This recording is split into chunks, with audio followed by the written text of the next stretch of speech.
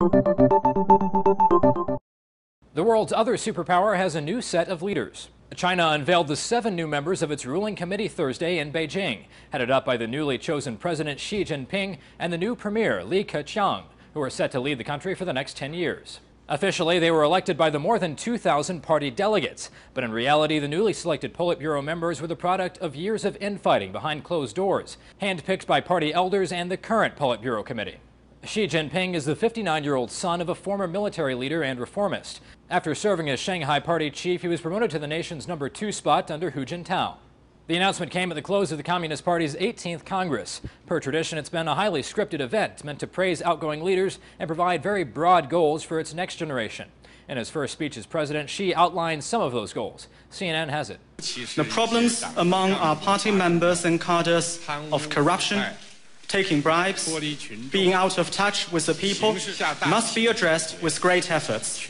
Xi's speech marked a significant departure in tone from his predecessor's address at the start of the party Congress last week. It was noticeably warmer and acknowledged there is much progress to be made for China's people. As seen on China's CCTV, he spoke to reporters about the role of the Communist Party. It has rallied and led the people in stepping into the breach and making tenacious efforts to turn the poor and backward old China into a new China, ever closer to the goal of national prosperity and strength. Although Xi's promotion to party leader was all too predictable, there were a few developments not foreseen by international press. For one, there was Xi's takeover of the top military post, something the BBC notes didn't come instantly for Hu Jintao. Why is that significant? Well, you might remember years ago when President Hu Jintao became leader, he had to wait 2 years to get that position. So certainly Xi Jinping is trying to consolidate his authority. Although China has only one political party, it does have its factions. But all the Politburo members promoted Thursday belong to the conservative faction,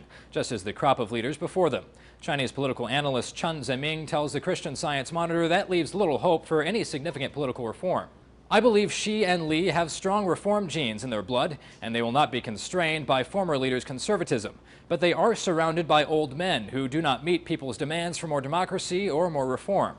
Xi takes the helm in China at the peak of its economic power. It has plenty of resources, but also a series of impending problems.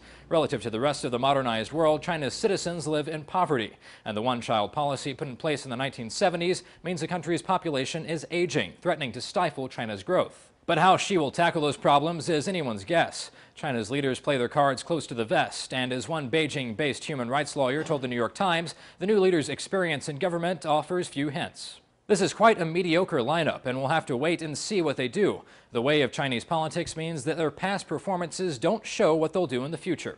For Newsy, I'm Zach Toombs. Multiple sources, the real story.